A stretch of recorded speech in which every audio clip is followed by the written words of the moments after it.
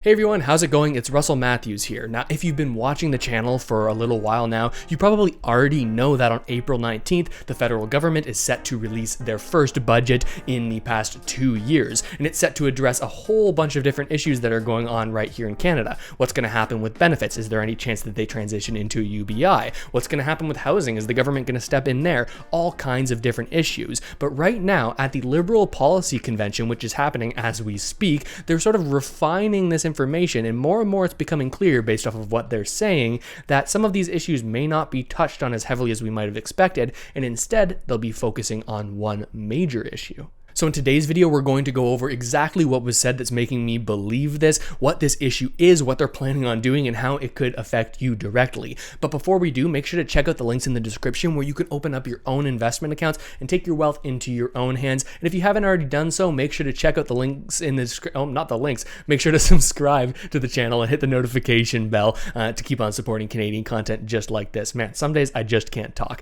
All right, let's get into this information. Now, this is the schedule from the Liberal 2021 Policy Convention that they've been holding over the past few days. Now, on the opening night of this event, the headline speech, the headline session here was on Thursday at 8:50 p.m. and it was called A Better, Stronger, and More Resilient Canada, in conversation with the Honourable Chrystia Freeland and Honourable Ken Dryden. Now, whenever I see Chrystia Freeland's name, my ears perk up a little bit because she is the Finance Minister of Canada, and as a result, this conversation could be about anything, any of the economic issues that the Canadian government is thinking about right now. But instead, I'm focusing on the broader issues and what's going to happen with the Canadian economy, what's going to happen with benefits, all of these issues. Instead, she chose to focus on just one issue. Liberals had campaigned on a promise to spend $5 billion and to build universal early learning and childcare. That's a big promise, and we all know as politicians that the hard work actually starts the day after the election, when you have to really figure out in very practical terms, how do you make that promise a reality? Now, the rest of this half-hour conversation, which again was so broadly titled and could have touched on so many different economic issues right here in Canada, well, it was all about this national childcare plan that they are seeming to put more and more of an emphasis on. Now, she goes on to make a statement here about how COVID and the pandemic have, in her eyes, created somewhat of a political opportunity. Let me show you what I'm talking about. I really believe COVID has created a window of political opportunity and maybe an epiphany, as you put it, on the importance of early learning and childcare. A lot of people who didn't have to worry about early learning and childcare, now COVID has brought it into their lives. And I think that creates a real opportunity for us. One of the consequences of COVID, I think, is to have brought the economic arguments to the fore, because we have seen what I consider to be an incredibly dangerous drop in the participation of women in the labor force. I believe in early learning and childcare because I want us to raise a generation of super kids, super Canadians, who have the best education possible from their early years. But you know what? I am finance minister, and I believe in it because it is a surefire way to drive jobs and economic growth. Now, although she may be correct in the fact that the pandemic has provided an opportunity in which many Canadians are more open to new policies and a new route forward for Canada, I think this may not come across very well for most Canadians, hearing her say, hey, this pandemic's created an opportunity, especially when so many people have been struggling for the past, over a year now. She even more heavily emphasizes her belief that this could be a positive program for Canada, and she sort of backs it up with this economic argument, saying, hey, this is actually going to be good for the economy, more women can get back in the labor force, all these things that me as a finance minister I should be thinking about in Chrystia Freeland's eyes. But the fact that there's such an emphasis on this one issue could lead you to believe that there's going to be less time and less room in the budget for all of these other issues that many people were expecting to be more heavily addressed inside of this 2021 budget. Remember, this is the first one we've got in the past 2 years, so there's so many things that need addressing, but it seems like the headline is going to be this childcare plan that is going to be a federal plan that comes in, sweeps across all of Canada, but we're going to have to wait to see what that actually looks like. And the current government's emphasis on this has been actually hinted for a little while now. This is a video from the throne speech back in September. Now, a throne speech is just when they start a new session of Parliament where they begin sitting in the House of Commons again, and the government pretty much comes forward and says, hey, these are going to be our priorities for this session of Parliament. Now, of course, this is given by, I'd say, shamed Governor General Julie Payette. Remember, she was sort of canned from her job when allegations and a report came out saying that her office was actually an unsafe workplace and there was all kinds of emotional abuse. We're not going to get into that now, but certainly that made waves. But regardless of the fact that she's reading it, it's actually Justin Trudeau and the Liberals that gave her this speech to read. Recognizing the urgency of this challenge, the government will make a significant, long-term, sustained investment to create a Canada-wide early learning and childcare system. Okay, so it's pretty significant that they're making this note right here in the in the throne speech back in September, because of course the government was focused on right now, hey, we got to get back in here because the CERB is running out. We need to pass some new legislation, create something different. That's when the CERB was created. But even when they had all of these other issues on their mind, they were of course talking about this childcare plan. So the fact that they're really emphasizing this means that it's going to be in the 2021 budget, and it very likely that it's going to be a large emphasis of it.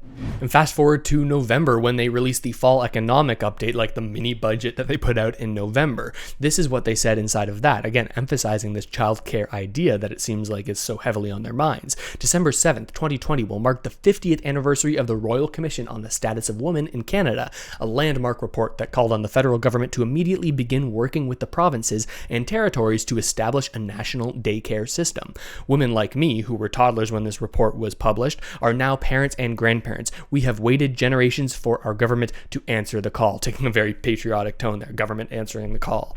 On the eve of this anniversary, the federal government is committed to historic investments that will make this promise a reality. Budget 2021 will outline a plan to provide affordable, accessible, and high-quality childcare from ocean to ocean to ocean. Wow, such a strong emphasis on the fact that this is going to be a focus of the federal budget. But as of right now, we don't know the details on exactly how this is going to be rolled out. And as I always like to say here on the channel, the devil is in the details. And let me show you this interesting note here from an article that I found. It says, as it stands today, provinces and territories oversee the specific rollout of the programs and direct funding to applicable operators. This is talking about childcare. Besides Quebec, most childcare services are paid for by parents through a variety of avenues, some regulated, some unregulated. And this is the most interesting part that I found here. Only about 27% of Canada's children under 12 years old have access to regulated spaces. That means that the vast majority of Canadians and Canadian families are paying unregulated people to care for their children. Now, this isn't necessarily a bad thing. It's just that it's mostly maybe stay-at-home moms who are saying, hey, come in here. I can provide childcare for you. Maybe it's someone down the street that you can hire. But regardless, it's not a regulated industry, or as regulated as it seems like they want to make it. And the other interesting thing that they mention here in this article is the fact that right now, as it stands, the provinces are the ones that make the decisions about the childcare programs, and the federal government just has existing programs that allow them to sort of push money out to the provinces and say, hey,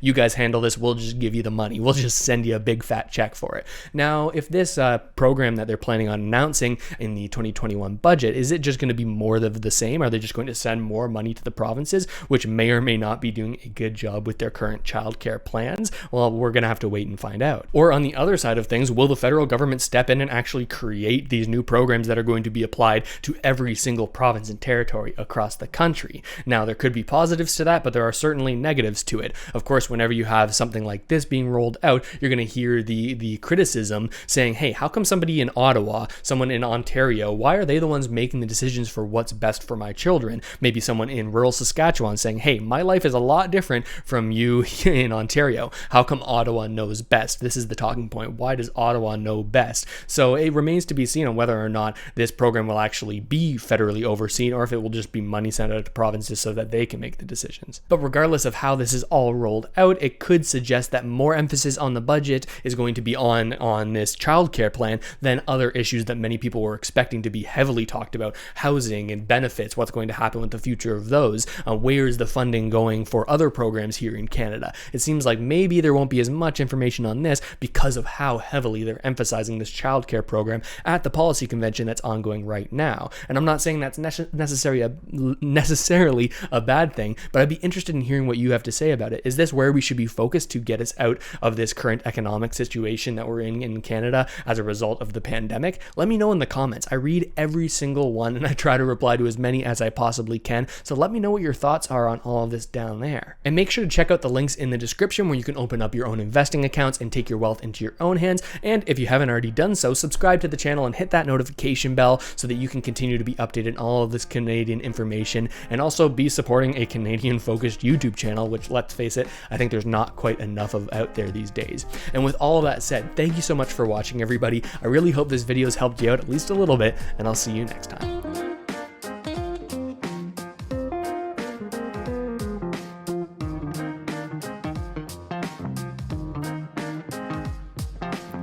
This channel is supported by viewers like you. Thanks, channel members.